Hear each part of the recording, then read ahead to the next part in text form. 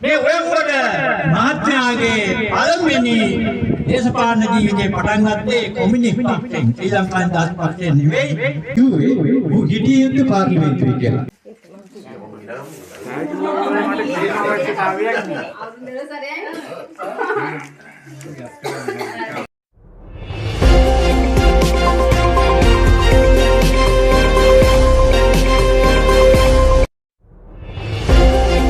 අපි අද පරේෂණ ටීවී සමග එකතු වෙන්නේ වලස්මුල්ල ප්‍රදේශයේ විත්වතෙක් පිළිබඳව කතා කරා.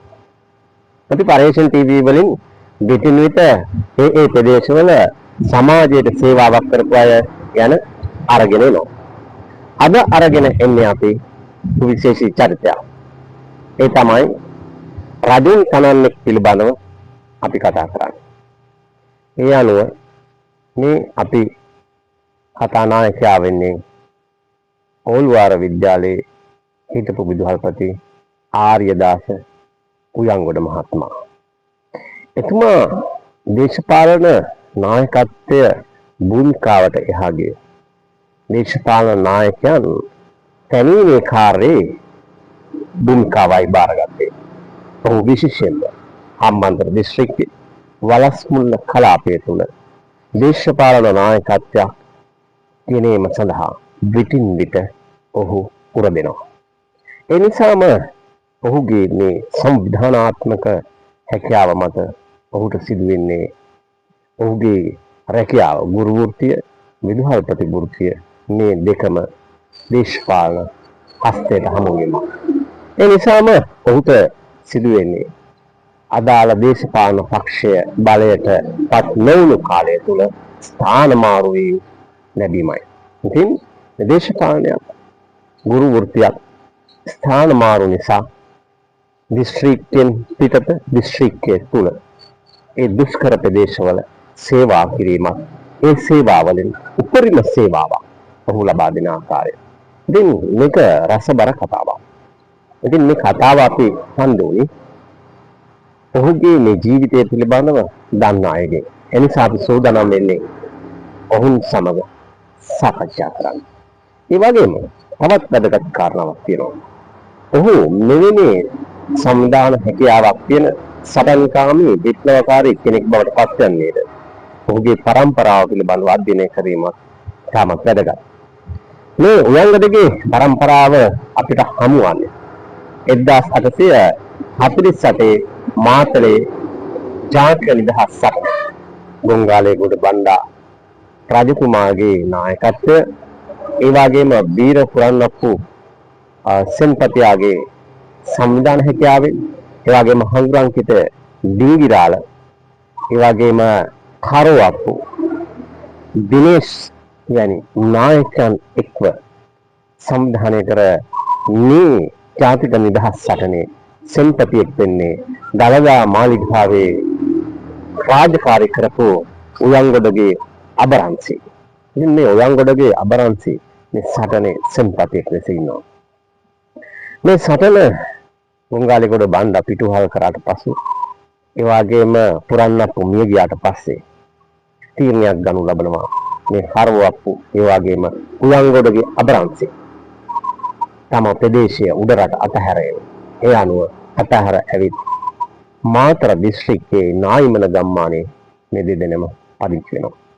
විශේෂයෙන්ම උයංගොඩගේ අබරන්සි නායිමන කඳු ප්‍රදේශයක් තෝරාගෙන පදිංචි වෙලා පසුව විවාහ වෙන්නේ ඒ දිස්ත්‍රික්කයේම මාතර දිස්ත්‍රික්කයේ නරවල් පිට දකුණ කියන ගම්මානයේ. ඒ නිසා මේ විවාහයත් සමග ඔහුට දරුවන් 4 දෙනෙක් ලැබෙනවා. අදිරියන්, පුංචි නයිදේ, ඒ වගේම හිඟිත්තා මෙන්න මේ ආකාරයේ නම් වලින් යුතු දරුවන් 4 දෙනෙක්. මේ හිඟිත්තා කියන ඒ දරුවගේ මුලපුරා වෙන්නේ දරුවා වෙන්නේ සාදිරිස්. සාදිරිස්ගේ දරුවා වෙන්නේ ජේමිස්. ජේමිස් මේ නරවල් පිටින් වලස්මුල්ල රෝහල ආරම්භ කරාට පස්සේ කංකාණන් කෙනෙක් විදියට වලස්මුල්ල රෝහලට 1930 ගණන් වලදී එනවා. ඔහුගේ පුතා වෙන්නේ අද අපේ කතානායකයා ඔහු තමයි ආර්යදාස උයන්ගොඩ ශ්‍රාමලත් විදුහල්පතිතුමා. ඉතින් අපි ඔහු පිළිබඳව දැනගන්නට වැදගත් කතා ප්‍රවෘත්ති දෙකක් තියෙනවා. ඒ තමයි ඔහු මියගිය දිනේ අවමංගල අවස්ථාවේදී කතා කරපු කතා වලින් කොටසක් අපි අපිට ඉදිරිපත් කරනවා. මේ සඳහා ඔහුගේ හිත මිතුරෙක් වුණු කල්යාණ මිත්‍රෙක් වුණු විශ්‍රාමලත් විදුහල්පති සිරිපාල ගමගේ මහත්මයාගේ කතාවක්. ඒ වගේම නීතිඥ සෙනරත් සුබසිංහ මහත්මයාගේ කතාවක් ඉතාමත් වැදගත්. ඔහුගේ දේශපාලන භූමිකාව පිළිබඳව හොඳින් අධ්‍යයනය කරන්න. 1960 මාර්තු මාසයේ මැතිවරණයේදී මේ ප්‍රදේශයට ඉදිරිපත් වුණා මේ ප්‍රදේශය වෙනුවෙන් වැලිවිටිකොට කියලා චරිතයක්. ඒ වැලිවිටිකොට චරිතය දේශපාලන වශයෙන් ඉදිරිපත් වුණේ කොමියුනිස්ට් පක්ෂය පදනම් කරගෙන. මේ ඔයගොඩ මහත්මයාගේ පළමුවෙනි දේශපාලන ජීවිතේ පටන් ගත්තේ කොමියුනිස්ට් පක්ෂයෙන්. ශ්‍රී ලංකාවේ දාස් පක්ෂයෙන් නෙවෙයි මහින්ද මහත්මයා එක්කත් නෙවෙයි. ඇත්ත කතන්දර. එතෙන්දී මේ මැතිවරණයේදී දැඩි කැපවීමක් මේ මම අර කියපු අර්ථ තුන අතර තිබුණා. දැඩි කැපවීම. උදාල්ද ශ්‍රමයේද හැම අතින් දැඩි කැපවීමක් තිබුණා. කොහොම හරි මැතිවරණයේ උඩින් ආපු මිනිහා අම්බන්තොට දිස්ත්‍රික්කයේ දෙවෙනිතට ගන්නට පුළුවන්කම ලැබුණේ අවංකව මේ තුන් දෙනාගේ මූලිකත්වයෙන් ඇති වුණු සම්බියාන කටයුතු නිසායි කියන එක මේ අවස්ථාවේ මතක් කරන්නට ඕනේ. ඊට පස්සේ මාර්තු මැතිවරණයෙන් පස්සේ ආපහු UNP ආණ්ඩුවේ එක ඡන්දයයි තිබුණේ. ආණ්ඩුව ගෙනියන්න බැරි වුණා. ආණ්ඩුව විසිරෙව්වා. ජුලි මැතිවරණය ආපහු කෙවුවා. ජුලි මැතිවරණය මොකද වුණේ?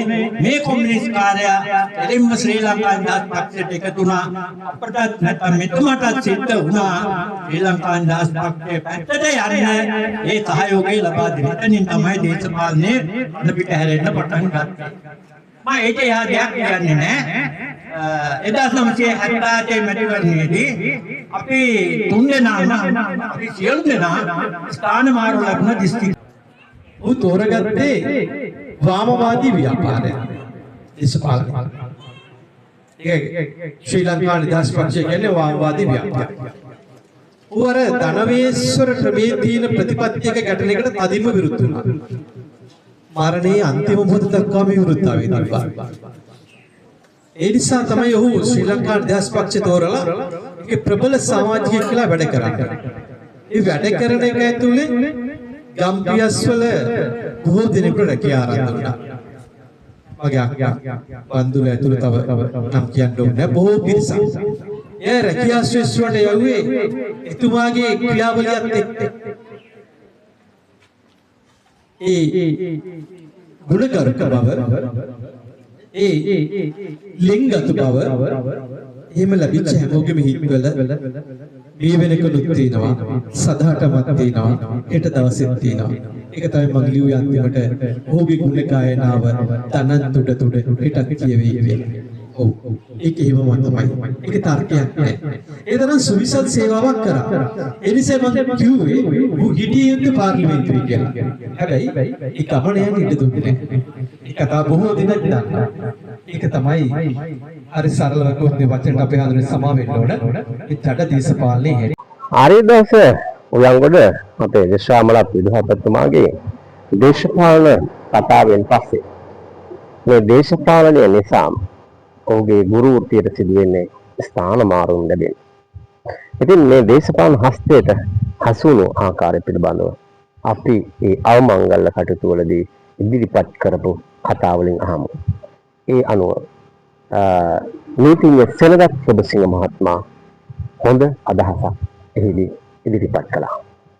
පාලේ කතාව චුට්ටක් නතර කරලා මට අර මුලට අපහු යන්න ඕන පටන් ගත්ත තරුණ උයන්ගොඩ ළඟට මම දන්න විදියට මට කියපු විදියට පනාමුර ප්‍රදේශයෙන් තමයි පළවෙනි පත්වීමේ සමාරම්භය ගන්නෙ. ඊට පස්සේ තමයි බෝවලට එන්නේ. පනාමුරේ පිරිසියාව අපේ ඉඳපු ආදරණීය සොඳුරු යන්ගොඩ කියාගෙන වයසක මිනිස්සු තරුණයි. එයාර සොඳුරු බව කිව්වේ ඔහුගේ නිල ඇඳුම සහ දේහයට. ඊට පස්සේ බෝවල සම්බන්ධයෙන් මම ඊට පස්සේ කබරගෝ මඩින්ද උඩදෙනිය පස්සේ අර දේශපාලන වෙනස් වීම එක්ක යුරෝපීය ජයග්‍රහණය කරනවත් එක්කම දේශවල පරිගැනීම් ටිකක් ආවා. ධනේශ්වර ක්‍රමයේ තියෙන කැත සහ නින්දිත ක්‍රමවේදී ගොදුරක් බවට හරිදාස් යංගොඩ පත් වෙනවා. එතෙන්දී මාරු වීම එකක් නෙමෙයි ගොඩක්. අච්චිගල්ලාර ගොන්නරුව හතරේ කනුව මුල්ලැන්ඩියාව හත්පෝරුව ඔහොම හම්බන්තොට දිස්ත්‍රික්කයේ වටයක් යවනවා හරිදාස් යංගොඩ. එම යවද්දී කලා ප්‍රත්‍යක්ෂවරය ඇවිල්ලා කියනවා යංගොඩ මේ වැඩේ හරියන්නේ නැහැ. ඊ ලහවලාට කතා කරපන් මේ මාරුව හදාගන්න.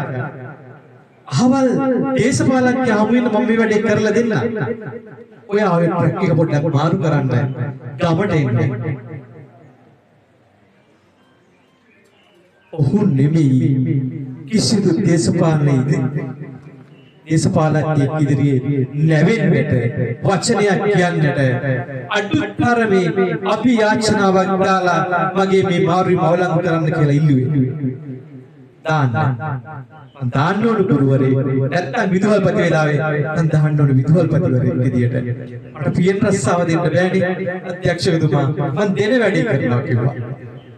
එහෙම අද නම් පත්වීම් ගන්නකොට කොහොමද ළඟම පාසල ළඟම රාජ්‍යායතනෙ ඕනේ අඬෝ වැඩියා ගොඩ යන්න කලින් මේ අභිමානවත් මිනිස්සු මේ පෞරුෂවත් මිනිස්සු පෞරුෂෙන් දෙවි උත්තුංග මිනිස්සු නැවුන්නේ තමන්ගේ දේශපාලන නැවුන්නේත් නෑ අනුන්ගේ දේශපාලන නැවුන්නේත් නෑ අභිමානය ගෞරවය රැකගෙන තමෙන් එළියට ගිහිල්ලා හතර වටේ රවුම් ගහලා එනවා.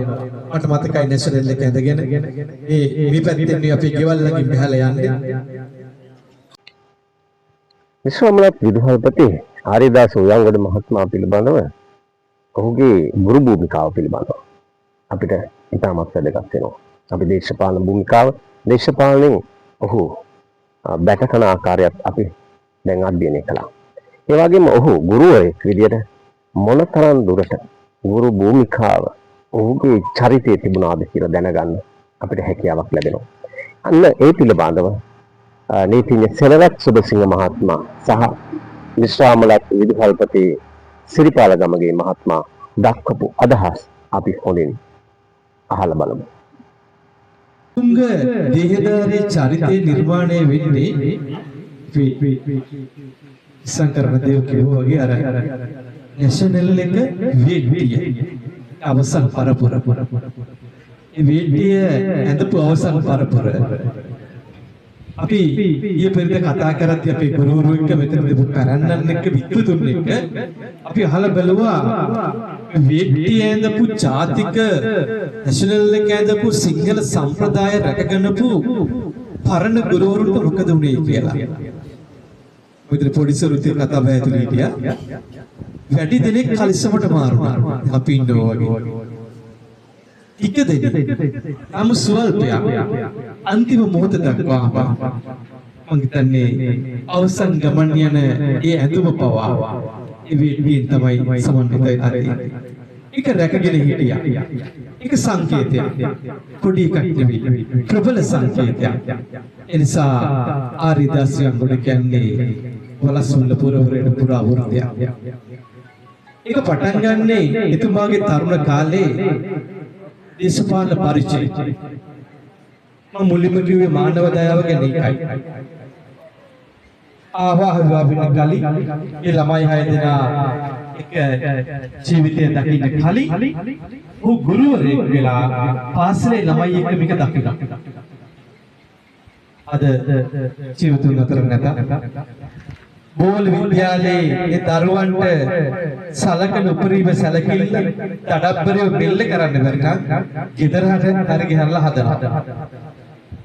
රත්නయ్యා අපේ මේ මුතුනේ නිවසට එන්නේ එහෙම.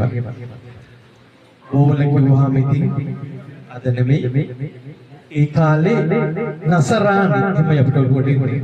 ඒ ගම්වලත් කියනවා අපි ගියාම. ඉතින් අපේ පුතුන් මිත්‍රෝ මෙහෙමයි. ඒ හදන්න බැරි චරිත එතන තියලා හදන්න බැරි නම් ගෙදර අරන් යනවා.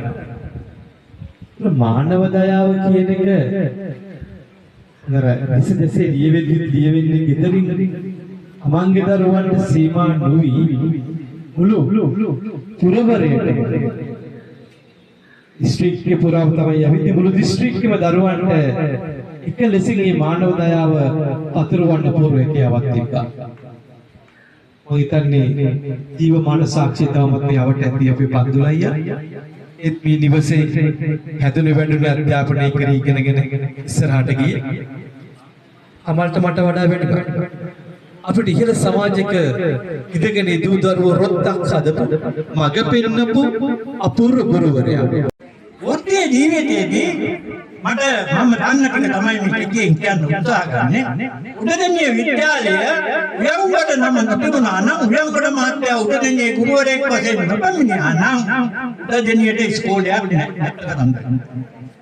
මොකද එතුමා තමයි ළමයි ටික අල්ලගෙන දෙමෝපියෝ අල්ලගෙන කොහොම හරි ඉස්කෝලේ රැක ගන්න උත්සාහ ගත්තේ.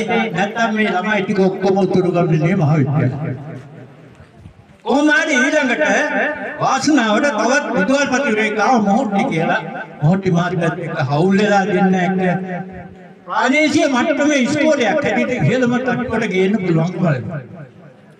ඊළඟට වෘත්තීය පැත්තෙන් ගත්තාම ඉස්ලාම කොමියුනිස්ට් පක්ෂයේ සමාජිකයෙක් හැටියට ශ්‍රී ලංකාවේ තිබුණා වෘත්තීය සංගමයක් ශ්‍රී ලංකා ජාතික ගුරු සංගමය.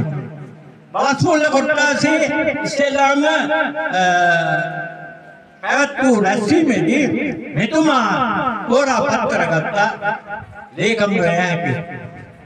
බලස්මුල්ල කලාපයේ ශ්‍රී ලංකා දහස් ගුරු සංගමේ ප්‍රධාන ලේකම් හැටියට පත් කරගත්තා. එතනින් තමයි වෘත්තීය සංගම පැත්තට එතුමා ආරම්භ කළේ.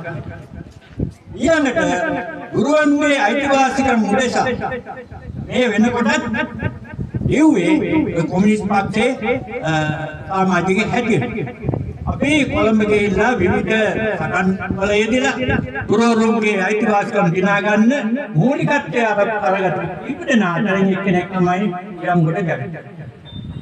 මොකද ඒ නිසා උයන්ගොඩ නම උදේනිය නෙවෙයි වරස්කුල නෙවෙයි ශ්‍රී ලංකාව පුරාම ප්‍රසිද්ධ වෙන්නට පුළුවන්කම ලැබුණේ අන්නේ ශ්‍රී ලංකා ජාතික ගුරු සංගමේ ප්‍රාදේශීය මට්ටමේ ලේකම්වරයා හැටියට කටයුතු කරපු නිසා. ඊළඟට මම එතනින් නවත්තනවා ගුරු තන්තුර පිළිබඳව වෘත්තීය සංගම පිළිබඳව. ඊළඟට විදුහල්පති තන්තුර ලැබුණාට පස්සේ මට මතක හැටියට 2002 ඒට අවුරුදු කීපයකට පෙර විදුහල්පති සේවා සංගමයේ පිහිටුවා.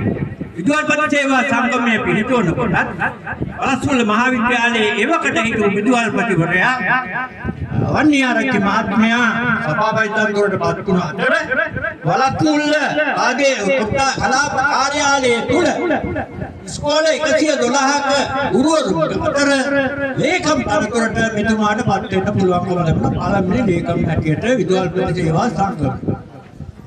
ඊට පස්සේ විදුහල්පති සේවා සංගමයේ ලේකම්වරයා හැටියට විශාල සේවාවක් එතුමාට කරන්න පුළුවන්කම ලැබුණා විතරක් නෙවෙයි කෙරුවා. අපි මෙතෙන්දී කෙනෙකුට හිතන්න පුළුවන් අනිපඩියක් අරගෙන රැකියාවක් නැති කාන්තාවක් විවාහ කරගෙන දරුවෝගේ අනාගතය සුබ ජීවිතයන කොහොමද මේ වැඩ යුතු කරේ කියලා. ඇත්තටම පුදුම අලමනා කරන වැඩපිළිවෙලක් එතුමා ළඟ තිබුණා. අර මේ සමාජ සේවා කටයුතු කරන අතරතුරේ ඒ කටයුතුට පත්තර දැවෙන්නේ නැහැ. ඊළඟට මෙතුමා විශ්‍රාම ගියා. විශ්‍රාම ගිහිලා ඊට පස්සේ විශ්‍රාම ගියාට පස්සේ මේ වෘත්තීය සංගම් හැටියට විශ්‍රාමිකයන්ගේ සංගමයේ පිහිටුවා.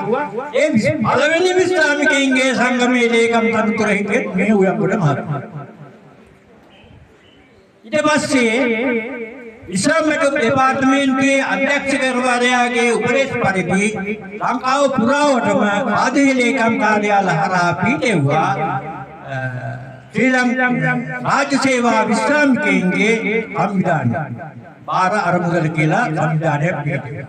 ඒ සංවිධානයේ ලේකම් තන්ත්‍ර උපසභාපති තන්ත්‍ර දරන්න පුළුවන්කම ලැබුණා මට පළවෙනි වටේ.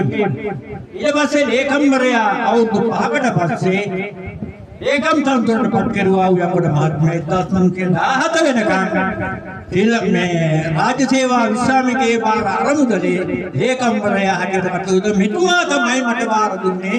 ඒ රාජකාරී කටයුතු ලේකම් තන්ත්‍ර මට කිව්වා අම්ගේ මහත්තයා දැන් මම ප්‍රකාශي මට තියෙනවා වැඩ තියෙනවා ඒ නිසා මේක බාර ගන්න කියලා. මම කිව්වා නෑ අපි වෙන කාට හරි දෙමු. නෑ ඔහොම කරන්න ඕනේ කියලා.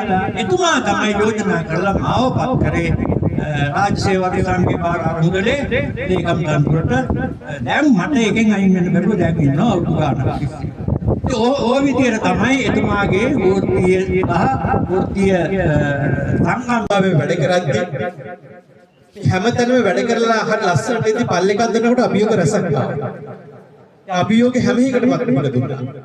අවසානයේ ඕල්වාර විද්‍යාලයේ ඉසුබුලනකොට ශ්‍රාමයනකොට නෙවෙයි ඉසුබුලනකොට අර මහා අධ්‍යක්ෂක ගොන්නත් එක්ක යංගොඩ ආර්යදාස කියන්නේ සද්දන්ත චරිතයක් විදියට තමයි රාජ්‍ය සේවයට සම්බන්ධ. වසර 40ක පමණ සේවාව. දරුවන්ට ගුරුවරුන්ට සියලුම දෙනාට ඉස්සරහට යන අපිට මේ මිහිවරේ කෙලවරක් පායිමක් නෑ. විශ්‍රාමලත් විදුහල්පති ආර්යදාස උයංගඩ මහත්මයා සමග අපි ජීවත් සිටියේදී සාකච්ඡා කළා.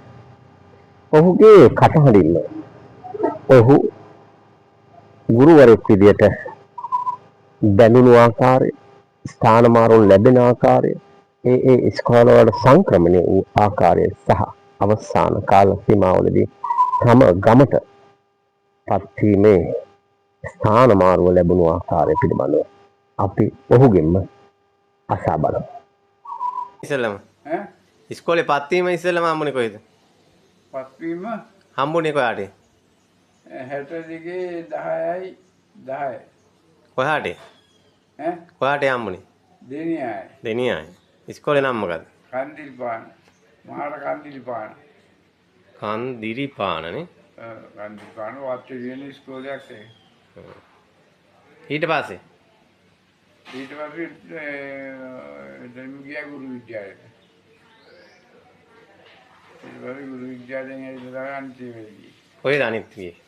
අනිත් ආවම මේ කබරගොඩට ගියා. කබරගොඩට. ඉස්සෙල්ලාම ඒකට අම්මල්ට වෙලා මම බලන්නවා ගියේ නෑ වැඩ බාර ගන්න යනකම් ගියේ නෑ. මිනිස්සු ගොය යන්නේ බෑ මාත් ඕකට යන්න එපා කියලා. ඒ මොකෝ? ඒක මන්ත්‍රකාරයෝ. අපේ මිනිස්සු ඉන්නේ මන්ත්‍රකාරයෝ ගුරුකම් කරනවා කියලා. මට නම් එහෙම එකක් වුණේ නෑ මම ඉතින් ගියාම එහෙම ගැටලුවක් නෑ. ඊළඟදී ට්‍රේන් ආව ඉස්කෝලේ වැහුවානේ. ආ. ජීවලා මේකට ජලාශයට. ජලාශයට ගියාම නතුවලට. නතුවල. ගුණදෙනි දැම්ම මං කෝ ගුණදෙනි යන්න බෑ අපිට ඕන කවට නෙවෙයි ඉස්කෝලේ වහන්නේ. ඒක රජයට ඕන කවට අපිට යන්න බෑ එහෙයි මේ මට දෙන්න නතුවල කියලා. නතුවලට දුන්නා. අපි වල අවුරුදු 2ක් හිටියේ. ඊට පස්සේ එතනින් දැම්ම උඩදෙනියට විදුහල්පති හැටියට වැඩ කරා. එන්නේ ජෝජුන්නේ මාත් එක ටිකක් තරහයි ඉතින් වාර 3ක් මාරු කරා මෙහෙ. මාරු කරා නටන ගියේ නෑ. මම ගුරු සංගමෙන් හදාගෙන එනවා. ඒ දවස්වල ගුරු සංගමෙන් ලොකු බලයක් තිබුණා. ඊළඟට 74 10යි එක ඉස්තිරපත් වීම හම්බුණා තුන්වෙනි ට්‍රේන්. ඔව්. රාජගුරුට දැම්මා. අවුරුද්දේම ආවුරුදු දෙනියට. එතන දැම්මා 77 දැම්මා මැදින් නගර ඉස්කෝලේ. ඒ කොහෙද? ඒක පින්නවලට ගිහලා පින්නවල බලංගොඩ. බලංගොඩ. පින්නවලට ගිහලා කිලෝමීටර් 12ක් විතර පයින් යනවලු භගවන්තලාට 73යිලු කියන්නේ. ඒ දවස්වල ඉස්කෝලේ ළමයි 44යි ඉඳලා තියෙන්නේ. හා හා මම ගියේ නෑ මම හදාගත්ත කච්චියයි. කච්චිකල. ඒ කියන්නේ අපේ කවුරුහරි මිනිස්සෙක් කියලා හිටියේ ඒකයි දැන් මම අධිකාරද. ඒ හිටියා අවුරුදු 2ක් වගේ කච්චියයි. එතනින් දැන් මුල්ලරියාවල ඉස්කෝලේ වහලා මේ ප්‍රින්සිපල් උත්තයි කරලා ඉස්කෝලේ වහලා තිබුණේ. ඒක පටන් ගන්න මම දැම්මා එතනට. එතන හිටියේ මාස 6යි. දැන් ගියා ගොඩවැලිට. ගොඩවැලින් පස්සේ දැම්මා මෙහාට එනලුවම දැම්මා හම්බන්තොට මේ හතර කනවද? ඔව් හතර කනවා කියන්නේ ගල්වැව ඉස්කෝලේ. ගල්වැව. ඒකට මේ එක ගොඩනැගිල්ලයි තිබුණේ. තනිකරෙන් හදපු එක ගොඩනැගිල්ලයි. මං ගියාට පස්සේ ගොඩනැගිලි එකක් ගත්තා 60-21යි. ව්‍යාපෘති ගුරුනිවාසයක් ගත්තා. ඊළඟට වත්ත අල්ලගෙන හිටිය මිනිස්සු පිට මිනිස්සු පදිංචිවලත් හිටියා. මම ගත්ත ඉස්කෝලේ වත්තරේ. යාර මිනිස්සු අස්සුලා ගන්නට කියලා මාත්‍යාපි අයි මෙන්න කරදරයක් කරන්න දෙවියන් අයින් වුණා. ඔය ටික කරන්න බෑ. කවදාවත් ඔය හතර කණු ඉස්කෝලේට කවදාකවත් කෙරෙන්නේ නැහැ ඔය මං කරපු ටික. තාම ඉස්කෝලේ තියෙනවනේ නේ? තියෙනවා. ඊට පස්සේ කොහාට ආයේ? ඉතින් දැම්ම මම දෙබරවට දැම්ම මං ගියේ නෑ. දෙඩ වෙලා මං ගියේ. මොකද අධ්‍යක්ෂ ડોක්ටර් දුන්න ලියුමක් යන්න එපා ගියොත් මැරෙන්න වෙනවා ඇයට. මේ ළඟ පහත් ඉස්කෝලේ ගිහින් වැඩ කරන්නත් එපා කියලා. මම කොහොමද මට හිතුවට දෙන්නට මම දැන් දාලා තියෙන දිගරවට කියලා. කණේක බලයින් ලියුමක් දුන්නා මට. මේ ලියුම ගෙන්න දෙන්නේ කිව්වා අධ්‍යක්ෂයට ජය අපිටුලා ගායන දුන්නොත් මම හම්බෙන්න කියන්නේ කිව්වා. දුන්නා මම පල්ලේ ගන්න. පල්ලේ ගන්න. ඉතින් කොට එන්නේ කිව්වා මම කොහොමද වෙයි කියලා. සහකාර හැටියට මම එතෙන් දැම්මා. එතනින් ඕලුවාට දැම්මා. ඒ අධ්‍යක්ෂතුමා අභිනාශ මාරු මහදල් ගෙනත් දුන්නා මට. එතන හිටියා අවුරුදු 12ක්. ඕලුවාට. ඉතින් දැන් විශ්‍රාම ගන්නවා. මෙවන් චරිත පිළිබඳව පරිශ්‍රණ TV ඔබ වෙත ගෙනෙනවා. ඉතින් ඔබත් සමග මේ සුවිශේෂී චරිතයත් එක්ක අපි සම්බන්ධ වුණා. මෙවන් චරිතයක් සමග නැවත අපි පරිශ්‍රණ TV සමග අපි ඔබ සමග එකතු වෙනවා.